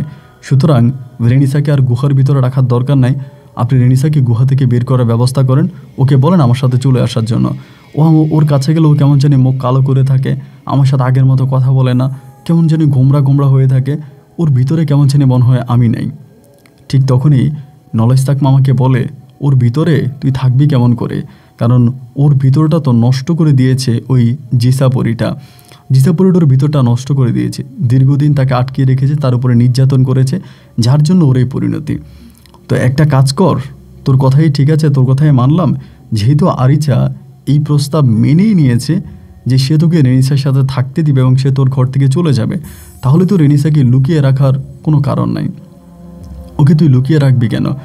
ওকে লুকিয়ে না রেখে গুহা থেকে ওকে বের করে নিয়ে আয়। আমি তখন বললাম, আমি তো সেই গুহাতেই গিয়েছিলাম, কিন্তু গুহাতে যাওয়ার পরে তো আমি ওকে পেলাম না, ও তো গুহার মধ্যে নাই। তখনই নলেজ তাকমা আমাকে বলে, হ্যাঁ, ওকে আমি মন্ত্র দিয়ে সরিয়ে রেখেছিলাম, যেহেতু তোর বউকে তুই নিয়ে গিয়েছিলি এই জন্য। তো ঠিক আছে, এখন গেলে তুই ওকে পাবি, তুই যা, ও ভিতরেই আছে। এরকম করতে করতে আমি বললাম, আমি একা যাবো না, আপনিও যাবেন? মুহূর্তের মধ্যে নলেজ তাকমা বলে, না, তুই একা গেলে সমস্যা হতে পারে, চল আমরা দুজনেই যাই। আমরা দুজনেই মিলে তখন আস্তে আস্তে করে গুহার পথে হাঁটতে শুরু করলাম। কিন্তু সেদিন কেন জানি আমার মনটা গুহার দিকে টানতেছিল না। আমার ভিতরে কেমন জানি একটা অন্যরকম কষ্ট কাজ করতেছে। মনে হচ্ছে কেউ মনে হয় আমাকে পিছন থেকে টানতেছে, কেউ একজন মনে হয় আমাকে পিছন থেকে টানতেছে। আমি সম্ভবত একটা পিছু টানের মধ্যে আছি। আমার যেতে মন চাইছে না, আমি যাব না। গুহার কাছাকাছি যাওয়ার আগেই আমি তখন দাঁড়িয়ে গেলাম। নলেজ তাকমাকে বললাম, আমি আজকে যাব না, আমি একটু আরিসার কাছে যাব, আমার ওইদিকে মন টানতেছে না। নলেজ তাকমা আমাকে বলে, দেখ, তুই খুব ঝামেলা করতেছিস, আজকেই যেতে হবে তোকে, তুই রেনিসার কাছে আজকেই যাবি, এবং আজকের পরেই না গেলে তুই আর রেনিসাকে ওখানে পাবি না। তা আমি বললাম, এটা আপনি কি বলেন কাকা, আমি পরে গেলে পাবো না কেন? আমি আরিসাকে সহ নিয়ে আসি। বলে, না, এখানে তো আরিসার কোনো কাজ নাই, তুই গুহাতে যাবি, রেনিসাকে নিবি, এবং রেনিসাকে নিয়ে তুই আরিসার কাছে যাবি। তোর তো আরিসার কাছে একা যাওয়ার প্রয়োজন নাই, রেনিসাকে সাথে করে নিয়ে যা, ওকে কেন গুহার মধ্যে কষ্ট দিবি? আমি তখন বললাম, ও কি আমার সাথে যাবে? বলে, হ্যাঁ যাবে, যা, তুই ভিতরে যা। আমার ভিতরটা তখন কেমন জানি একটু ধুমধুম করে কাঁপতেছিল, ভিতরটা কেমন জানি ভয় ভয় কাজ করতেছিল, বুঝতেছিলাম না কি করব। তারপরও গুহার সামনে পর্যন্ত গেলাম, এবং গুহার সামনে যাওয়ার পরে গুহার ভিতরটায় তখনও পর্যন্ত আলো পড়েনি, ঘুটঘুটে অন্ধকার, এবং অন্ধকারের মধ্যেই আমি তখন আস্তে আস্তে গুহার সামনের দিকে ঢুকতে শুরু করলাম। গুহার একদম ভিতরে ঢোকার পরে আমি হঠাৎ দেখতে পাই গুহার যে জায়গাটার ভিতরে, মানে যেই পাথরটার ভিতরে আরিসা বসে থাকতো সবসময়, ওই পাথরটার উপরে একটা সাপ বসে আছে, এবং এই সাপটা নর্মাল কোনো সাপ নয়, একটা ভয়ঙ্কর আকৃতির সাপ, খুবই বড়, আকার অনেকটা বড়। মুহূর্তের মধ্যে আমি পিছনের দিকে ফিরে দেখি গুহার যেই মুখটা ছিল, ওই মুখটা একটা পাথর পড়ে গেছে, মানে মুখের উপরে একটা পাথর পড়েছে বিশাল আকৃতির। ভিতরে তখন ধুপধুপ করে বুকটা কাঁপতেছিল, পাথর তো পড়ে গেল, আমি বের হবো কেমন করে? আমি তখন এখানেই রেনিসাকে ডাকতে শুরু করলাম। রেনিসা রেনিসা রেনিসা বলে যতই ডাকতেছি, আমি আর রেনিসাকে পাই না, মানে রেনিসাকে আমি আর খুঁজে পাচ্ছি না, মানে কোনোভাবে রেনিসাকে পাওয়া যাচ্ছে না। আমি তখন বারবার বলতেছি, রেনিসা কোথায় চলে গেল, আর এখানে হঠাৎ পাথর পড়ে গেল কেন? আমি বারবার নলেজ তাকমাকে বলেছিলাম আপনি আমার সাথে ভিতরে চলেন, কিন্তু নলেজ তাকমা তো আমার সাথে ভিতরে আসে নাই। নলেজ তাকমা যদি আমার সাথে ভিতরে আসতো তাহলে তো আজকে আমাকে এইরকম পরিস্থিতি দেখতে হতো না। আমি চিন্তা করতেছি এখন আমি কি করব। আমি এই গুহা থেকে বের হব কেমন করে? আর এই গুহাতে তো এখন রেনিসা নাই, এই ভয়ঙ্কর সাপ। মুহূর্তের মধ্যেই হঠাৎ করে দেখলাম কি গুহার ওই কোণার ভিতরে রেনিসা বসে আছে এবং ও বসে বসেই কেমন করে হাসতেছে। বিশ্রী ছিল ওর দাঁতগুলো, মাথার চুলগুলো এলোমেলো, এবং হাসি দেখে আমার ভিতরে সন্দেহ ঢুকে গেল এটা রেনিসা না, এটা সম্ভবত খারাপ কোনো জিন বা খারাপ কোনো আত্মা। আমি তখন পাথর সরানোর জন্য জান প্রাণ ট্রাই করতেছি, পাথরটা কোনোভাবে সরিয়ে আমি ওখান থেকে বেরিয়ে যাব। পাথরে আমি ধাক্কার উপর ধাক্কা দিচ্ছি কিন্তু পাথর আর সরাইতে পারি না। পাথরের সাথে যুদ্ধ করে যাচ্ছি, ইতিমধ্যেই রেনিসা পিছন থেকে এসেই আমার কলারটা চাপিয়ে ধরে। আমার গলাটা চেপে ধরে, আমার তখন নিঃশ্বাসটা আটকায়া যায়। আমি ওকে ধাক্কা দিই কিন্তু তারপরেও পারি না। একটা সময় ও আমার বুকের উপরে বসে। আমার বুকের উপরে যখন চড়ে বসে আমার তখন মনে হলো যে আমার নিঃশ্বাসটা মনে হয় মুহূর্তের মধ্যে বেরিয়ে যাবে।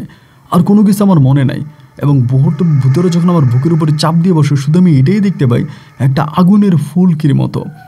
মনে হলো যেন একটা আগুনের ফুলকি ওই যেখানে পাথর পড়ে গেছে পাথরের কোণা দিয়ে, মানে পাথরের একটা জায়গা দিয়ে গেটের ভিতর দিয়ে একটা আগুনের ফুলকি ভিতরে ঢুকে, একটা আগুনের ফুলকি ভিতরে ঢুকে, এবং তখন এই আগুনের ফুলকিটা ঢুকা মাত্রই আমার বুকের উপরে যেই রেনিসা বসে থাকে তখন আমার বুক থেকে সরে যায়।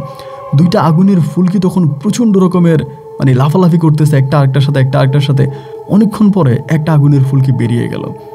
বেরিয়ে যাওয়ার পরেই তখন আমি আস্তে আস্তে করে উঠে দাঁড়ালাম। উঠে দাঁড়াই আমি দেখতেছি রেনিসা দাঁড়িয়ে আছে, ও কান্না করতেছে। তখন যখন ও কান্না করতেছে আমি তখন চিন্তা করলাম এখানে দাঁড়িয়ে দাঁড়িয়ে ও কান্না কেন করতেছে? ও তো একটু আগে আমাকে মারলো, একটু আগেই তো আমাকে মারলো, ও সম্ভবত অভিনয় করতেছে। আমি মুহূর্তে তার পা জড়িয়ে ধরি। আমি বললাম আমি জানি না তুমি কে, আমি এটা নিশ্চিত যে তুমি কোনো জিন বা পরী হবা, যদি পারো আমাকে মুক্ত করে দাও, আমি আমাকে পাথরটা সরিয়ে দাও, আমি এখান থেকে চলে যাই। আমি রেনিসাকের কাছে আসছিলাম, রেনিসাকে আমি চাই, আমার পাথরটা খুলে দাও, আমি এখান থেকে চলে যাই, আমার পাথরটা খুলে দাও। তখনও এই রেনিসার চোখের পানিগুলো টলমল করতেছিল। ও তখন আমাকে বলে আমি তো তোমার সামনে রেনিসা দাঁড়িয়ে আছি, আমি তো রেনিসা। আমি বললাম তুমি যদি রেনিসা হবা তাহলে একটু আগে যে ছিল সেটাকে। ও তখনও কাঁদে। আমি বললাম তুমি কে? চোখের পানিগুলো ফেলতে ফেলতে বলে আমি জিসা। যখন জিসা বলল তখন আমি বললাম রেনিসার সাথে থাকা যে পরীটা ছিল তুমি কি সেই পরী জিসা? আমাকে বলে হ্যাঁ, আমি রেনিসার সাথে থাকা সেই পরী জিসা। আমি বললাম এত বৎসর পরে তুমি আমার কাছে কিভাবে আসলা, আর রেনিসা কোথায়? ও তখন আমাকে বলতেছে রেনিসা তো বহু মাস আগেই, বহু বছর আগেই রেনিসা মারা গেছে। আমি বললাম মানে রেনিসা মারা যাবে কেন? আমি তো জানি রেনিসা এই গুহাতে আছে, আমি গুহাতে রেনিসার সাথে এসে দেখাও করেছি। ও বলে একটু আগেও তো এক রেনিসা তোমাকে মেরে ফেলতে চেয়েছিল এবং আরেক রেনিসা তোমার সামনে দাঁড়িয়ে আছে। আমি তখন বললাম আমি আসলে কিছুই বুঝতেছি না, আমার সাথে কি হচ্ছে? রেনিসা কোথায়, তুমি কে, আর একটু আগে যে বেরিয়ে গেল সে কে? তখন সে কেঁদে কেঁদে আমাকে বলে আমি তোমার কাছে আর রেনিসার কাছে আসার অনেক চেষ্টা করেছিলাম, তোমাদের কাছে আসার অসম্ভব রকমের চেষ্টা আমি করেছি, কিন্তু ওই দুষ্টতান্ত্রিক নলেজ তাকমার কারণে আমি তোমাদের কাছে আসতে পারিনি। বিভিন্ন তন্ত্র মন্ত্র তাবিজ পরিয়ে তোমাদের কাছ থেকে আমাকে দূরে সরিয়ে রেখেছে নলেজ তাকমা। নলেজ তাকমা আজ থেকে বহু মাস আগেই রেনিসাকে দর্শন করে মেরে ফেলে। নলেজ তাকমাই রেনিসাকে মারার পরে ওর লাশ কূপে ফেলে দেয়। শুধু রেনিসাকে মেরে সে ক্ষান্ত হয়নি, সে তোমার বউ আরিসাকেও অনেক ভার ভোগ করেছে। আমি বললাম তুমি এগুলো জানতে কি করে? ও বলে শুধু জানতাম না, আমি সব কিছুই দেখতাম, কিন্তু মন্ত্রের বাদনে আমি বন্দি ছিলাম। আমি চাইলেও তোমার কাছে আর রেনিসার কাছে আসতে পারতাম না। চোখের সামনে আমার প্রিয় বান্ধবীর মৃত্যু আমি দেখেছি, কিন্তু আমি কিছু করতে পারি নাই। ওকে মারার পরে এই কবিরাজ কৌশল খাটিয়ে তোমার কাছ থেকে যে জিনিসটা নিয়ে গেছে সেটা পৃথিবীর থেকেও দামি, সেটা পৃথিবীর থেকেও দামি একটা জিনিস সে তোমার কাছ থেকে নিয়ে গেছে, এবং সে তাতেই ক্ষান্ত হয়নি। সে তোমার বউ আরিসাকেও ভোগ করেছে। সবশেষ ওর সাথে থাকা ভয়ঙ্কর খারাপ জিনটাকে রেনিসা সাজিয়ে এই গুহার মধ্যে তোমার সাথে অনেকবার তার ওই খারাপ জিনটা দেখা করিয়েছে। যে জিনটার সাথে তুমি একটু আগে যে জিনটা তোমাকে মারতে বসেছে সে মূলত কোনো পরী না, এটা ছিল একটা বদ জিন। আমি তোমার উপর রাগ করেছিলাম, হাতের তাবিজ খুলে ফেলার পরেও আমি চেয়েছিলাম তোমার কাছে আসবো। আমার মন বলতেছিল আর গিয়ে কি হবে, রেনিসা তো মরেই গেল, আমি আর তোমার কাছে আসতে চাই নাই। কিন্তু আজকে যখন নিজের চোখে তোমার মৃত্যু দেখতেছিলাম তখন হঠাৎ মনে হলো আমি তো রেনিসাকে বাঁচাতে পারিনি, আজকে তোমাকে তো বাঁচাতে পারবো, যার কারণে আমি তোমাকে বাঁচাতে আসছি। আমি তখন ওকে জড়িয়ে ধরে বললাম, তাহলে তুমি আর আমাকে ছেড়ে যেও না, আমার সাথে সারা জীবনের জন্য থেকে যাও। তুমি যদি রেনিসার রূপ নিয়ে আমার সাথে থাকো তবে আমার তো রেনিসাকে লাগে না, আমি তোমার মাঝেই রেনিসাকে চাই। আমাকে বলে আজকের পরে হয়তো আমি মারা যেতে পারবো, আমি হয়তো আর কোনো দিন তোমার সাথে আসতে পারবো, মানে তোমার সামনে আসতে পারবো না, আমি হয়তো আজকের পর থেকে আর কোনো দিন মানুষের বুফিস্টে আসতে পারবো না, কিংবা হয়তো আমার মরণও হতে পারে। আমি তখন বললাম কেন? বলে ওই নলেজ থাকমা জিনের সবচেয়ে বড়, আমাদের পুরীদের যে বড় সর্দার আছে, সর্দারের কাছে আমার নামে বিচার দেওয়া হয়েছে। তোমাদের যেরকম আইন আছে, আদালত আছে, প্রশাসন আছে, উকিল আছে, জজ আছে, ব্যারিস্টার আছে, ঠিক আমাদেরও আছে। আমাদেরও উকিল আছে, জজ আছে, ব্যারিস্টার আছে। নলেজ তাকমার দেওয়া অভিযোগের ভিত্তিতে আমার তখন বিচার হয়, আমাদের আদালতে আমার বিচার হয়, এবং সেই বিচারের রায় হয় আমি যাতে কোনো দিন তোমার সাথে দেখা না করি, তোমাদের এখানে না যাই, এবং কোনো দিন আমি যাতে পৃথিবীর কোনো মানুষের সাথে আমি সম্পর্ক না করি। যদি আমি করি তাহলে আমার উপরে শাস্তি হবে, সেটা হতে পারে আমার মৃত্যুও। তো আজকে যখন আমি তোমার মৃত্যু দেখলাম সহ্য করতে পারিনি, তাই সমস্ত আইন লঙ্ঘন করে আমি তোমাকে বাঁচানোর জন্য এসেছি। হয়তো এটাই তোমার সাথে আমার শেষ দেখা, আমি আমার পরী রাজ্যে ফিরে যাওয়া মাত্রই হয়তো তাদের আইন অনুযায়ী আমাকে তারা চিরতরে বন্দি করে ফেলবে, না হয় আমাকে মেরে ফেলবে। চোখের পানিগুলো তখন ধরে রাখতে পারিনি, রেনিসাকে জড়িয়ে ধরে চিৎকার করে কাঁদতেছিলাম আর বলতেছিলাম আমাকে তুমি এইভাবে ফেলে রেখে চলে যেও না। পাথরের ওই পাশ থেকে তখন বারবার নলেজ থাকমা ডাকতেছিল। রেনিসা আমাকে একটা কথা বলল, তুমি রনেশ থাকমার সাথে পারবা না, ওর কোনো ক্ষতি তুমি করো না, ওর সাথে আমাদের বিষয় নিয়ে কোনো কথা বলো না, নলেজ থাকমাকে আমার বিষয় নিয়ে কোনো কথা বলো না, ওর সাথে তুমি কোনো খারাপ কিছুতে যেও না, ওর সাথে ভয়ঙ্কর জিনেদের আস্থা আছে, ও তোমার ক্ষতি করবে। এটা বলে ও বলল আমি চলে যাচ্ছি, আর যাওয়ার সময় পাথরটা সরিয়ে দিব তোমাকে। এবং মুহূর্তের মধ্যে ও হঠাৎ বাতাসের মতো করে চলে যাচ্ছে, এবং যাওয়ার সময় পাথরটা হঠাৎ গুহার সামনে থেকে সরে গেল। আমি গুহা থেকে বের হয়ে কাঁদতে কাঁদতে বসে গেলাম। নলেজ থাকমা আমাকে ধরে বলতেছে কি হয়েছে তোর, তুই আবারও কোনো খারাপ জিনের ফাঁদে পড়েছিস, আবারও পরি তোকে উল্টাপাল্টা বুঝিয়ে গেছে, তুই আবারও খারাপ হয়ে গেছিস। আমি তখন কাকার মুখের দিকে তাকিয়ে রইলাম। হাঁটতে হাঁটতে বাড়ির পথে গেলাম, বাড়িতে গিয়ে চিৎকার করে কান্না করতেছি। আমার বউ আরিসা আমাকে বলে কি হয়েছে, কেন কান্না করতেছ? আমি আরিসার কাছে কোনো কিছুই বললাম না, সব কিছু আমি আরিসার কাছে লুকালাম। এবং এই ঘটনার প্রায় 1.5 থেকে 2 মাস পরেই নলেজ থাকমা অপঘাতে মৃত্যু হয়, নলেজ থাকমা মারা যায়। নলেজ থাকমার শেষ সৎকার কাজেও আমি গেলাম না। আজ আমার বউ আরিসাকে আমি তেমন কিছু বলি নাই। দিন পার হচ্ছে, রাত পার হচ্ছে, একদিন আরিসার কোল জুড়ে আমার একটা ফুটফুটে সন্তান আসে, যার নাম আমি রেখেছি প্রাবণ। ও আসার পরে, আমার ওই সন্তান হওয়ার পরে আমি তখন আরিসাকে বিষয়গুলো খুলে বললাম যে রেনিসা মরে গেছে, এবং রেনিসার সাথে থাকা জিসা আমার সাথে শেষবারের মতো দেখা করে গেছে। আজ আমি সংসার করতেছি, আমার ছেলে বিয়ে শাদী করেছে, তার এক ছেলে আছে, নাম হচ্ছে প্রণয় চাকমা, ঢাকায় পড়াশোনা করে। আমার নাতির কাছে আমি আমার জীবনের ঘটে যাওয়া ঘটনাগুলো শেয়ার করেছি, শুনিয়েছি, তিনি আপনাকে এগুলো লিখে পাঠিয়েছে। যদি পারেন আমার গল্পটা রেকর্ড করবেন, আর আমার নাতির প্রতি আমি কৃতজ্ঞ রয়ে গেলাম। আমরা চাকমা উপজাতি, আমরা খাগড়াছড়ির দূর পাহাড়ে বসবাস করি, সাজেক থেকে অনেক দূরের দুর্গম পাহাড়ে। এখানে হয়তো ট্যুরিস্টরা খুব বেশি একটা আসে না, তবে মাঝে মাঝে যারা অ্যাডভেঞ্চার প্রিয় তারা আসে, এবং এসেও তারা দিনে দিনে ঘুরে চলে যায়। আমি আপনার গল্প কখনো শুনিনি, আমার নাতির মুখে আপনার কথা শুনেছি, আপনার নাকি বাস্তব ভৌতিক গল্প বলেন। আমার নাতি আমাকে অনুরোধ করেছে বলার জন্য, তাই আমি আমার নাতিকে বলেছি যদি আপনাকে পাঠাই আপনি রেকর্ড করবেন। ভালো থাকবেন, নমস্কার।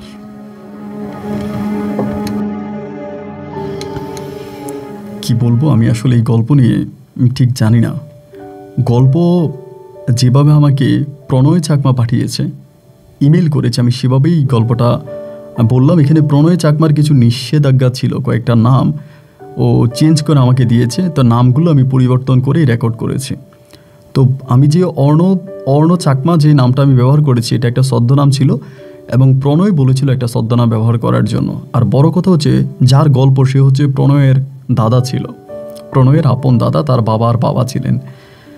এবং প্রণয় আসলে গল্পটা যেরকম করে লিখেছে আমি সেরকমভাবে আপনাদেরকে পড়ে শুনিয়েছি। হয়তো আমি মুসলিম বা আমি ওনাদের মানে যেমন ওনাদের ভাষায় বোনদের বাবাদের দাদাদের বিভিন্ন নামে ডাকে, বাট আমি সেরকমভাবে বলতে পারিনি। আমি আমার মতো করে আপনাদের সামনে প্রেজেন্ট করেছি।